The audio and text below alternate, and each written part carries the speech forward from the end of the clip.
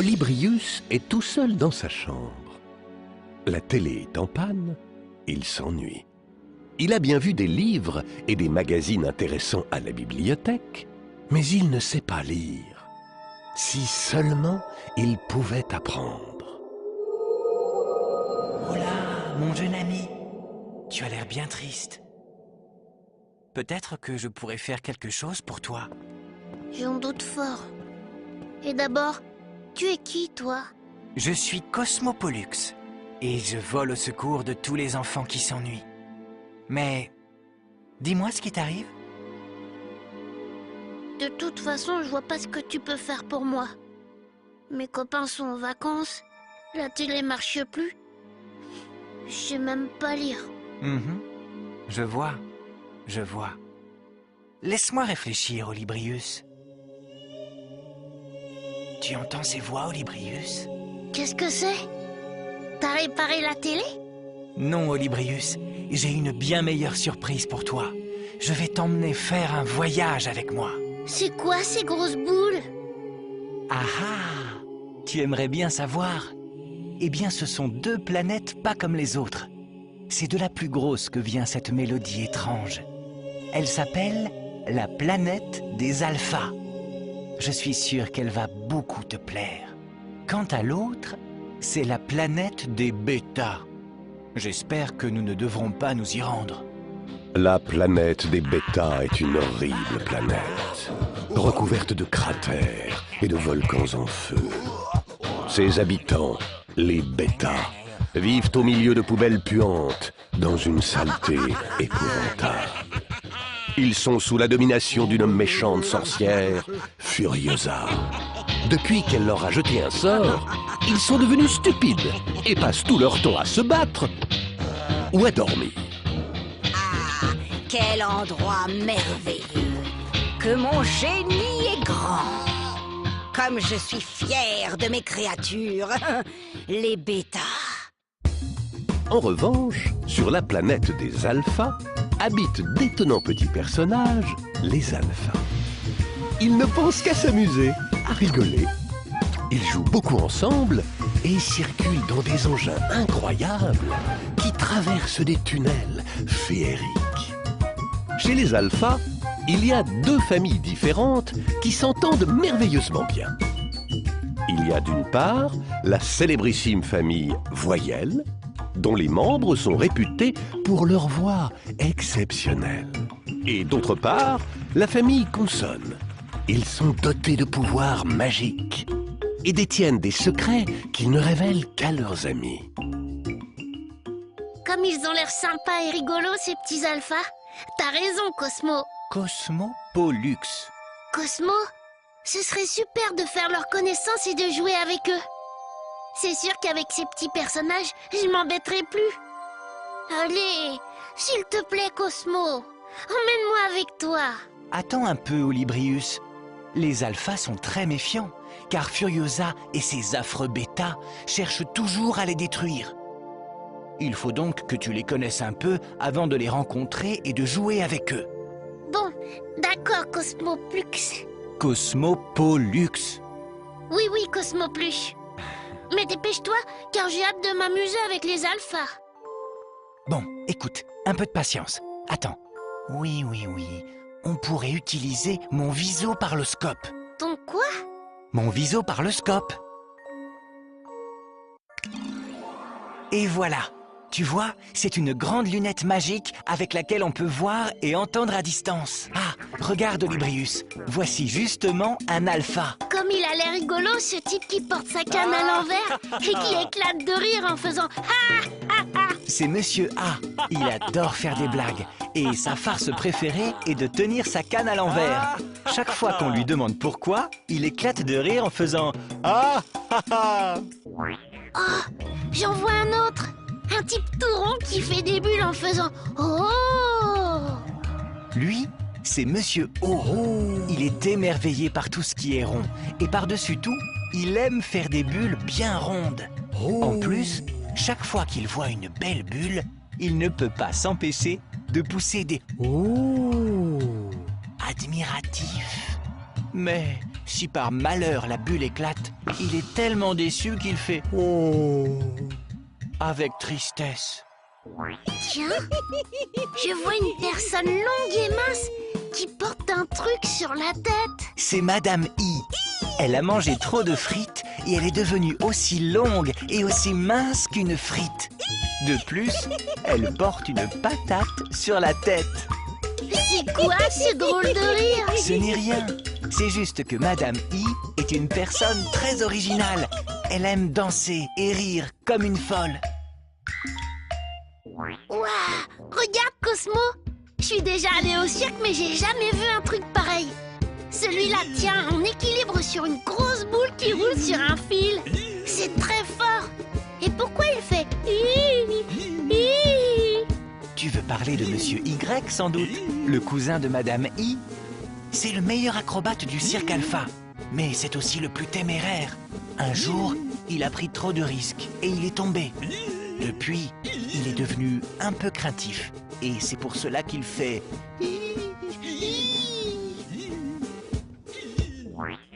Et là, Cosmo, oh, tu me croiras jamais. Je vois une petite fille qui galope à toute vitesse sur son cheval. Elle a des très grandes tresses levées sur sa tête. C'est cette coquine de Mademoiselle U. Elle passe son temps sur son cheval et va de plus en plus vite. Auparavant, chaque fois qu'elle criait « U » à son cheval, ses tresses géantes se dressaient sur sa tête. Et maintenant, tu vois, elles ont plutôt tendance à rester en l'air. Elle a l'air drôlement sérieuse, cette dame avec sa grosse tête. Pourquoi il y a tout ce monde autour d'elle? C'est Madame E, une grande personnalité. Elle est très savante et de nombreux voyageurs viennent des 4 coins de l'univers pour lui poser des questions.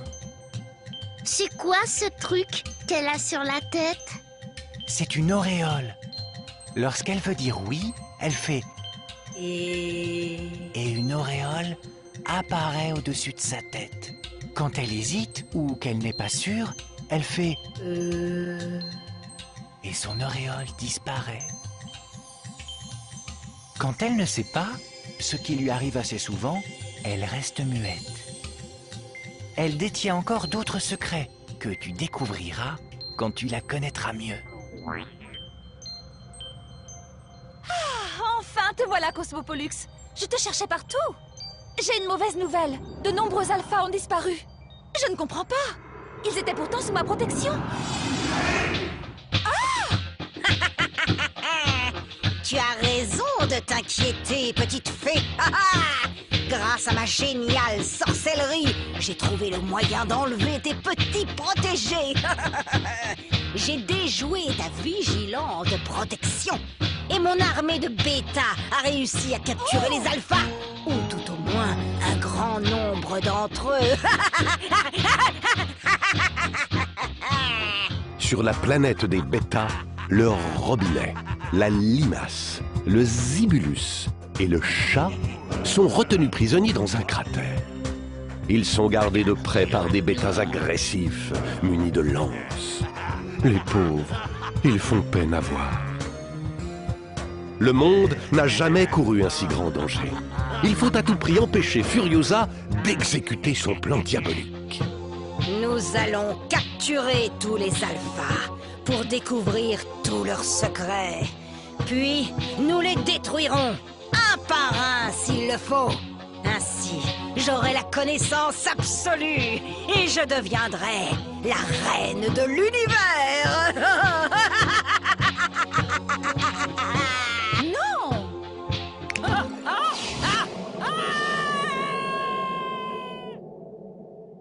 Et voilà! Disparu la vilaine! Ça alors, Cosmopollux, tes doigts sont vraiment magiques. Eh oui. Et toi, tu prononces bien mon nom à présent. Allons, les amis! Le temps presse! Oui, il n'y a pas une seconde à perdre. Olybrius, le voyage dont je t'ai parlé va commencer plus tôt que prévu. Mais avant tout, la fée va te donner tous les pouvoirs nécessaires pour combattre Furiosa et sa bande de bêta. Sur ces paroles, la fée pointe sa baguette magique. Je te fais chevalier des alphas et te donne le titre de petit malin. Olybrius se transforme aussitôt. Et à ce moment précis, il devient petit malin. Cette cape magique t'aidera à traverser les épreuves de ce fantastique voyage. Je suis sûre que grâce à toi, nous allons sauver les alphas. Allez, j'y vais. Bon courage et à bientôt. Mais Cosmo, comment je vais y aller sur ta planète? Tu vas faire claquer tes doigts? Ah non, mes pouvoirs ont des limites. Mais rassure-toi, petit malin, la fée est prévoyante. Elle a réussi à préserver un alpha très précieux des manigances de Furiosa. C'est avec cet engin que je vais aller sur ta planète? Je sais pas conduire une fusée, moi. Ne t'inquiète pas, petit malin. Dès que la fusée aura démarré, ne te préoccupe plus de rien. Prends seulement soin de ce talisman. Tu en auras bien besoin. Petit malin est prêt. Cosmopolux actionne le moteur et la fusée décolle. La fusée monte dans la nuit étoilée vers la planète des alphas. Les membres de la famille Voyelle sont réunis sur la place du village avec la fée. Ils ont tous la tête dressée vers le ciel. Ils sont très inquiets. La fusée arrive beaucoup trop vite.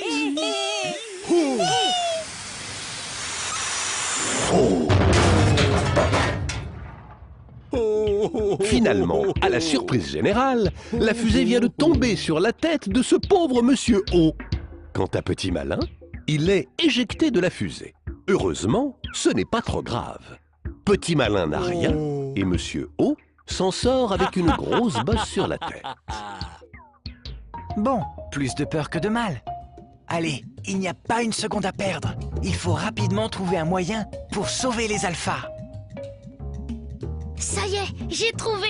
Il suffit de poser un tunnel entre les deux planètes. Comme ça, les alphas prisonniers chez les bêtas pourront enfin revenir sur leur planète. Et en plus, Furiosa ne pourra jamais voler dans ce long tunnel pour les rattraper. Excellent, petit malin. C'est ça l'idée. Prenons la fusée et partons vite. Petit Malin et Cosmopolux ont pris la fusée et survolent la planète des bêtas. Cosmopolux déroule le tunnel. Les bêtas sont très hostiles. Ils les menacent en poussant des hurlements terrifiants. Avec des bêtas aussi agressifs, ce n'est pas facile d'installer le tunnel. Tiens bon, petit malin.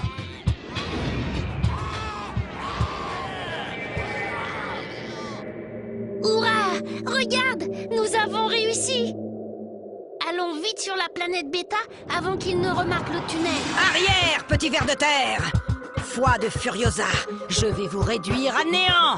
Mon plan se déroule à merveille.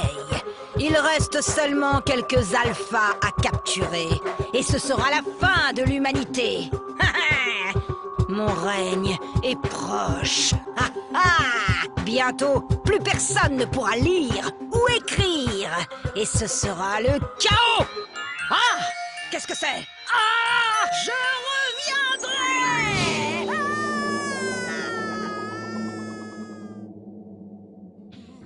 Nos deux amis explorent la planète des bêtas. Et tout à coup, ils remarquent quelques bêtas figés sur place, l'air complètement terrorisé. Que se passe-t-il, Cosmopolux? Pourquoi les bêtas ont si peur? Au secours, Cosmo! J'ai vu un monstre! Vite, mon talisman! Je vais l'expédier loin d'ici. Non, malheureux, pas le talisman. Le monstre fait peur, mais il est gentil. C'est un alpha, et je vais plutôt en profiter pour le libérer. Marionnette, magique, mange, mandarine, merci.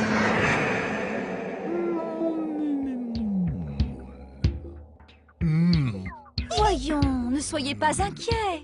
Le monstre n'est pas méchant. Il est juste un peu choqué par la bêtise de ces affreux bêtas. Allez, monsieur A et madame I, dépêchez-vous. Il faut le réconforter.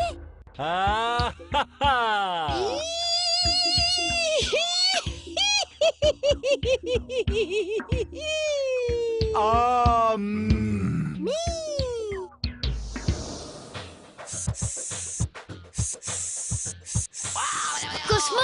Un serpent vient de surgir en sifflant. Il a réussi à mordre un bêta. Les autres s'enfuient en hurlant. Oui, je vois. Et de l'autre côté, le jet d'eau et le robinet arrivent à leur tour pour les arroser. Regarde, le robinet est énervé. Il ronchonne. Tu l'entends? C'est normal, il est complètement bouché. Et il n'arrive plus à faire couler la moindre goutte d'eau. Grâce au jet d'eau, la planète des bêtas est maintenant complètement inondée. Petit Malin, le robinet et le jet d'eau se sont installés sur un radeau. Ils s'amusent à regarder les bêtas qui n'arrivent pas à nager. Attention, Petit Malin, le chat est emporté par l'eau. Mais tu peux l'attraper, ne le rate pas. Dis-moi, le chat, ça va? Hé, Petit Malin, ne t'inquiète pas. Ce n'est pas un chat ordinaire. Il ne miaule pas, il chuchote. Il aime le silence. Oui, c'est un drôle de chat.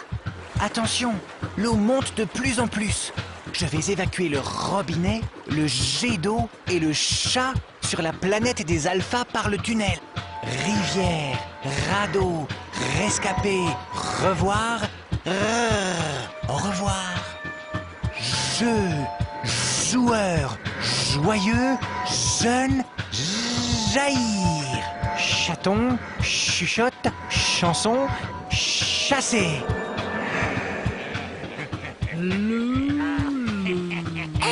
Sur la rive, encore un autre alpha. Cosmo, les bêtas vont l'attraper. C'est la limace. Attention, je vais lui faire un grand saut. Long, langue, libre, liberté. Brusquement, c'est la panique. Les bêtas ne savent plus que faire. C'est que le vent arrive, en vibrant de plus en plus fort, soulevant de terre les bêtas et les projetant dans les airs. Le nez enrhumé n'arrange pas les choses en éternuant sans arrêt. De même, le zébulus zébré vole en zigzag, en zozotant, en faisant zzzz. Cela rend les bêtas complètement fous.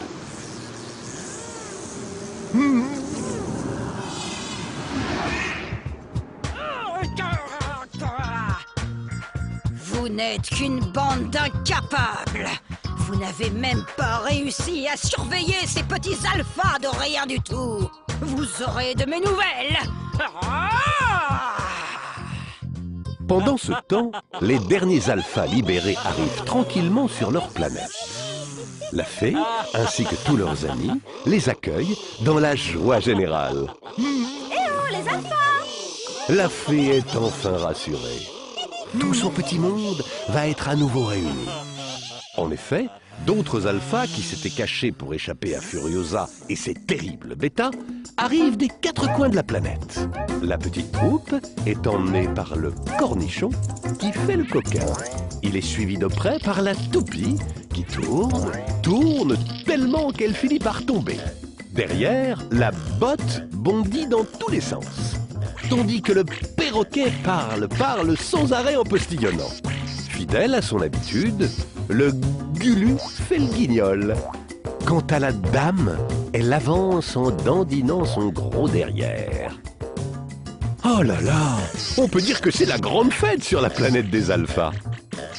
Tout le monde est réuni pour accueillir notre héros qui arrive sur la fusée, accompagné de Cosmopolis. Hey, regardez un peu, à peine descendu de la fusée, Petit Malin est porté en triomphe par les alphas. Mademoiselle U a invité Petit Malin à faire un tour sur son cheval. Allez, mademoiselle U.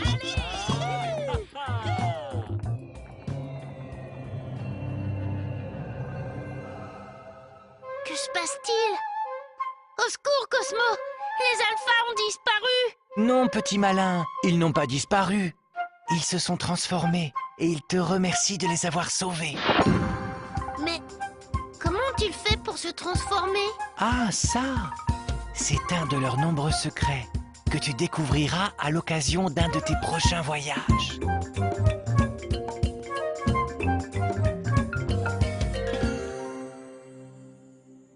Cosmo, dis-moi, ils sont encore en danger, les alphas? Pour l'instant, ils ont un temps de répit, grâce à toi.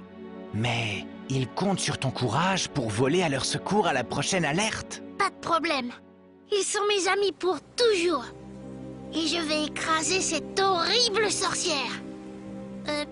Je peux te poser une question? Vas-y, je t'écoute. Peut-être que je pourrais en parler à mes meilleurs amis.